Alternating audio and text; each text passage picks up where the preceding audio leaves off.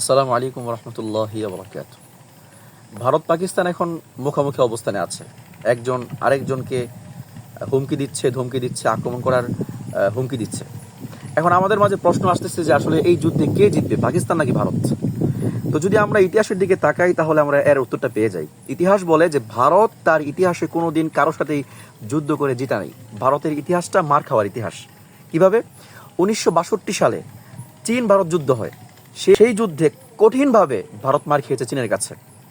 1965 সালে পাক ভারত যুদ্ধ হয়। তখন বাংলাদেশ ছিল পাকিস্তানের অন্তর্ভুক্ত, পূর্ব পাকিস্তান। সেই পাকিস্তানের কাছে ভারত মর্মান্তিকভাবে মার খায়। তারপর 71 সালে আসলো। 71 সালে যদি বাংলার দামাল ছেলেরা না থাকতো তাহলে সেখানেও ভারত মার খাইতো। বাংলার ছেলেরা ভারতকে বাঁচাইছে এক প্রকার।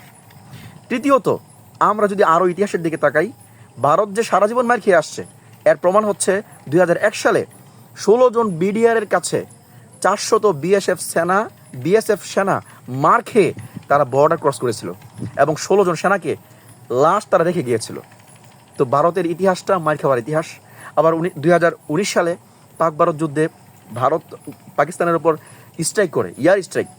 সেই স্ট্রাইকে কিন্তু এয়ার স্ট্রাইক করতে গিয়ে তারা বিমান হারায়, এমনকি বিমান বাহিনীর একজন সদস্যকেও হারায়।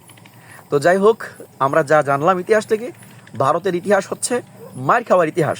তো ভারত যতই হুমকি দেখ, ধমকি দেখ, আসলে ভারতের বাহিনীরা ভীত, কারণ তারা গোমূত্র খায় আর পাকিস্তানের সৈন্যরা খায় দুধ।